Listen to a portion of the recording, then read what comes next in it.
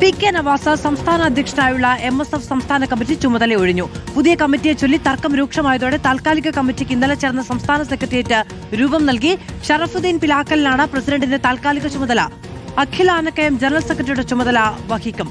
നിലവിലെ general secretary CK Najaf, treasurer Ashar Perumukku തുടങ്ങി 6 ഭാരവാഹികൾ കാലാവധി പൂർത്തിയാക്കിയതിനെ തുടർന്ന് രാജിവെക്കുകയായിരുന്നു.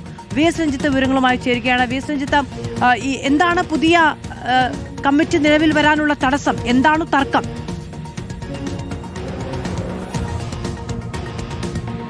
മാധു, സുദീർഘമായ സംഭവബഹുലമായ ഒരു സംഘടനാ കാലം പൂർത്തിയാക്കിയാണ് PK നവാസും CK നജാഫും ഉൾപ്പെടെയുള്ള ഒരു കമ്മിറ്റി ഇപ്പോൾ പുറത്തേക്ക് പോകുന്നത്. പക്ഷേ അവർക്ക് പകരം ഒരു കമ്മിറ്റിയെ ചുമതലപ്പെടുത്താൻ അവർക്ക് സാധിച്ചിട്ടില്ല എന്നുള്ളതാണ് ഏറ്റവും പ്രധാനപ്പെട്ട കാര്യം.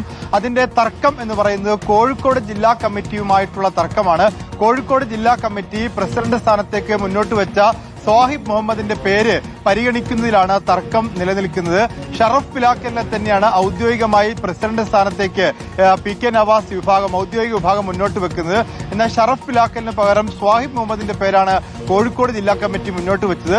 സ്വാഹിബ് മുഹമ്മദിനെ ജനറൽ സെക്രട്ടറി സ്ഥാനത്തേക്ക് ഒരുപക്ഷെ പരിഗണിച്ചേക്കാം. പക്ഷേ സ്വാഹിബ് ഇപ്പോൾ നിലവിൽ കോഴിക്കോട് ജില്ലാ പ്രസിഡന്റാണ്. സ്വാഹിബ് ഒഴിയുമ്പോൾ PK നവാസിന്റെ വിഭാഗത്തിൽ നിന്നുള്ള ഒരാളെ തന്നെ ആ സ്ഥാനത്തേക്ക് പരിഗണിക്കണം എന്നൊരാവശ്യമാണ് PK നവാസ് മുന്നോട്ട് വെച്ചിട്ടുള്ളത്. മറ്റു പേരുകളിൽ തർക്കമില്ല എന്നാണ് മനസ്സിലാക്കാൻ സാധിക്കുന്നത്.